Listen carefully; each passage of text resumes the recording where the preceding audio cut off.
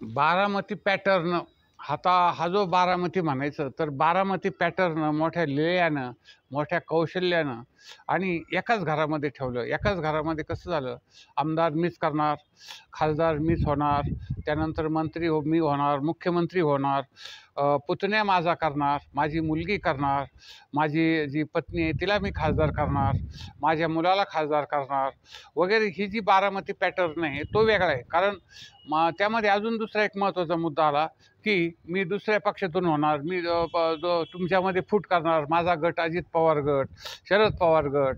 आणि ह्या बारामतीमध्ये एवढ्या मी 10 वेळा निवडून आलो आमदार म्हणून, 15 वेळा खासदार म्हणून निवडून आलो वगैरे, अशा ज्या वल्गना असतात.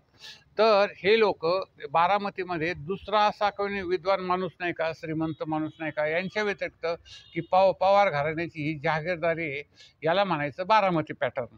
आणि बारामती पॅटर्नमध्ये एकमेकाच्या विरोधामध्ये उभं राहायचं. चला, शेवटी काय होणार आहे, छाप पडला तरी आपलाच आणि शेवटी काटा पडला तरी नाणं आपलंच, म्हणजे या पद्धतीने. आता बघा, बारामतीमध्ये खासदार किती आहेत? 2. एक सुप्रिया सुळे, शरदराव पवार यांची मुलगी, आणि त्यानंतर अजित पवार यांची मिसेस, यासुद्धा खासदार 2 झाले. एका घरात 2 खासदार आता मितीला. त्यानंतर शरद पवार परत एक खासदार, म्हणजे आता एका खासदार किती झाले? 3 झाले. त्यानंतर आमदार किती आहेत?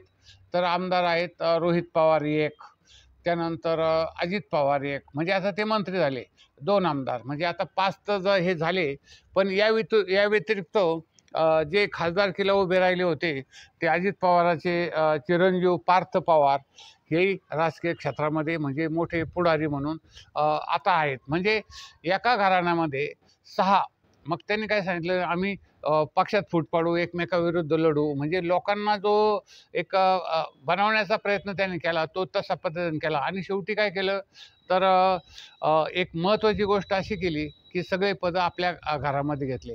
आणि हा जो पॅटर्न बारामती पॅटर्न आहे की दुसऱ्या लोकांना त्यांनी अद्यापपर्यंत जास्त पंचायत समिती सदस्य किंवा दूध संघाचा सभापती, पंचायत समिती सदस्य किंवा पंचायत समिती सदस्य किंवा कारखान्याचा चेअरमन, याच्या व्यतिरिक्त दुसरं आमदारकीला कोणाला तिकीटही दिलं नाही, मिळूनही दिले नाही, काहीच नाही.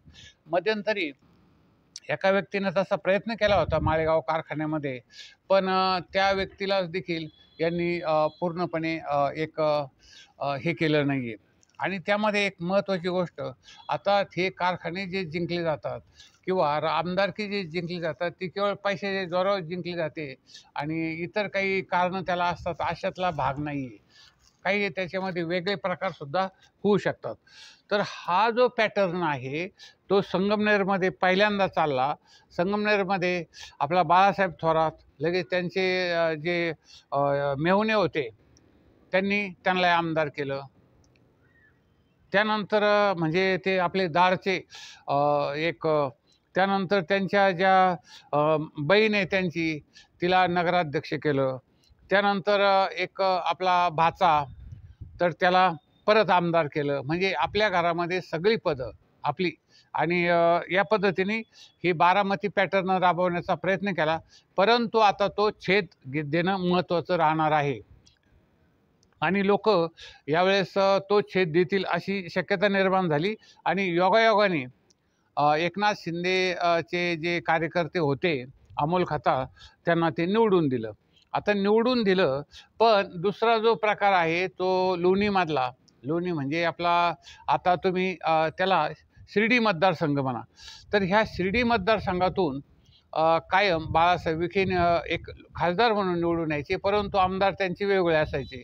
मग अण्णासाहेब मस्के झाले किंवा दुसरे जे घोगरे झाले, चंद्रभान घोगरे झाले, हे आमदार झाले होते. म्हणजे दुसऱ्याला त्यांनी संधी दिली होती बाळासाहेबांनी. पण त्यांचे जे चिरंजीव आता जे मंत्री आहेत यांनी एक वेगळाच प्रकार करून टाकला की आपल्याच मुलाला खासदार करायचं. आता ज्यांनी ग्रामपंचायतीमध्ये काही काम केलेलं नाही आहे, ज्यांनी कधी एक पंचायत समितीमध्ये गेलेलं नाही, जिल्हा परिषदेमध्ये काही काम केलेलं नाही, त्यांना खासदार करणं हे मोठं आश्चर्य वाटतं. आता बाळासाहेब जे खासदार झाले होते तर त्यावेळेस शंकरराव काळे हे एक आपल्या जे अहमदनगर जिल्हा परिषदचे, म्हणजे आता अहिल्यानगर जिल्हा परिषदेचे एक मुख्य हे होते, अध्यक्ष. आणि हे बाळासाहेब विखे पाटील हे उपाध्यक्ष होते, त्यामुळं त्यांना संपूर्णपणे जिल्ह्याची माहिती होती. पण हे वरवरकरचं राजकारण वगैरे या पद्धतीने ह्या लोकांनी स्वतःच्याच घरामध्ये सगळे पदं घेण्याचा प्रयत्न केला.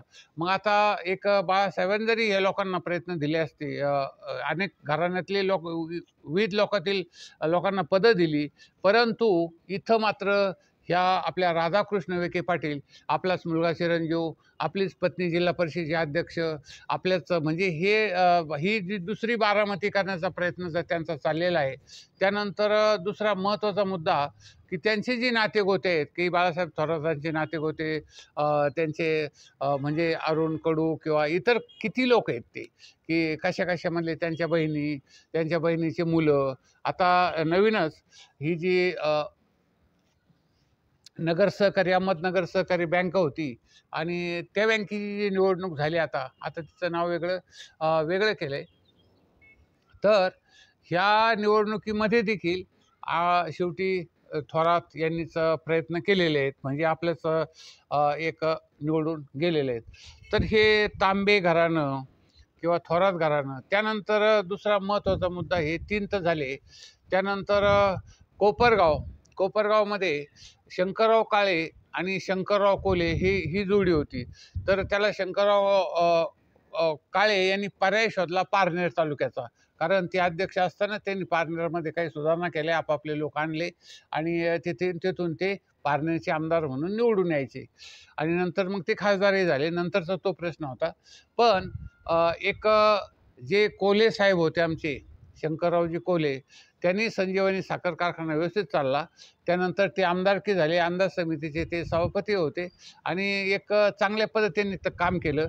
आता त्यांचे जे चिरंजीव आहेत, त्यांचे 2-3 एक सगळ्या हे स्नुषा वगैरे सगळ्या ज्या असतात त्या परत राजकारणामध्ये. आता सर्वांना पदं कुठून द्यायची? आता शंकरराव काळेचे, अशोक काळे, ते यांनी काही विशेष केलं नाही, परंतु आता त्यांचे जे चिरंजीव आहेत ते आता परत आमदार होतात, म्हणजे आमदारकीपर्यंत त्यांनी ती घराण्यामध्ये सत्ता टिकवली आहे.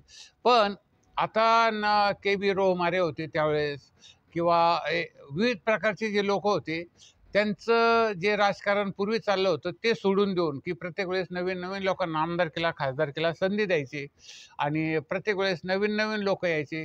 आता यांनी असं केलं की आमच्याच घरामधला खासदार पाहिजे, बारामती पॅटर्न, आमच्याच घरामधला आमदार पाहिजे, आमच्याच घरामधला सभापती पाहिजे, आमच्याच घरामधला एक कोण तर एक सभापती असो, चेअरमन असो वा कोणी बी पदाधिकारी असो, की ज्याच्या हातामध्ये त्या संस्थेची सत्ता असेल.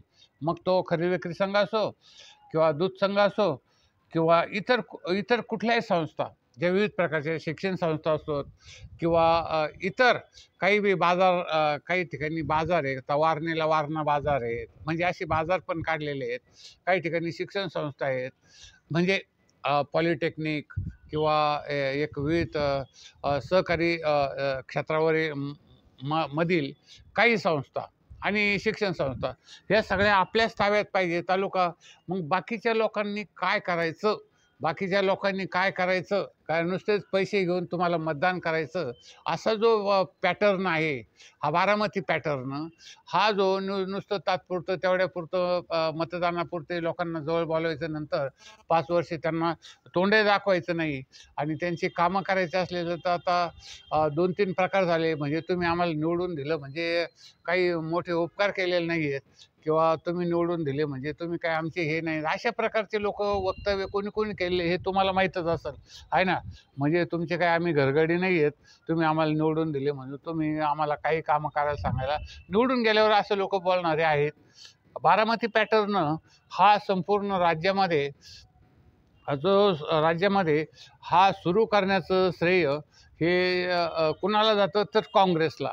आणि काँग्रेस कोण आहे तर वरचे लोक जे आहेत, सोनिया गांधी असो, राजीव गांधी असो, किंवा एकंदरीत ते पहिलेच गांधी. मुळात हे गांधी ही जी कल्पना आहे, हे नाव त्यांचं नाही आहे. हे महात्मा गांधीने त्यांना नाव दिलं, बाबा माझं नाव वापरा तुम्ही, कारण इंदिरा गांधीचं मूळ नाव वेगळं आहे. आणि या पद्धतीने ते तसं झालं ना. आता हे लोक राजीव गांधी हे कुठल्या धर्म यांचा आहे काय वगैरे त्यांची जर इतिहास जर बघितला तर लोकही चकित होऊन जातील. तर आमचं हे ATM न्यू वर्ल्ड चॅनल आम्ही अशी अपेक्षा करतो की हे बारामती पॅटर्नमधून सर्व लोकांना खासदारपद, आमदारपद, चेअरमनपद, आता तर निवडणुका येणारच, किंवा जिल्हा परिषदचे सदस्य, पंचायत समिती वगैरे सगळी पदं ही विविध लोकांना मिळणं हे अत्यंत अगत्याचं आहे, असा एक महत्त्वाचा मुद्दा आम्ही यामध्ये मांडत आहोत. आपण या चॅनलला, आमचा जे हे चॅनल आहे ATM न्यू वर्ल्ड, हे संपूर्ण महाराष्ट्रामध्येच, भारतात किंवा जगामध्ये चालतं, जिथं मराठी लोक असेल ते बघत असतात. तर आपणही या चॅनलला जास्तीत जास्त शेअर करा, लाईक करा, सबस्क्राईब, महत्त्वाचं म्हणजे सबस्क्राईब करा, आणि एक कॉमेंटही करा, म्हणजे नेमकं काय चालेल. कारण अहमदनगर किंवा आताचा जो अहिल्यानगर जिल्हा आहे, या जिल्ह्यामध्ये आता पुण्यापेक्षा जास्त महत्त्वाचे लोक आहेत, परंतु त्यांना एक आपापलं काम जे कसं करायचं ते त्यांना अद्यापपर्यंत करता आलं नाही आहे अहिल्यानगर जिल्ह्यामध्ये. तर आता अहिल्यानगर जिल्ह्यामध्ये जे समजा 2 भाग जरी झाले, उत्तर आणि दक्षिण, तरीही हा एकसंघ जिल्हा आहे आणि येथे खूप चांगल्या पद्धतीचं काम करणं शक्य आहे. एक बागायतदार भाग आहे, त्याच्यानंतर विद्वानाचा भाग आहे.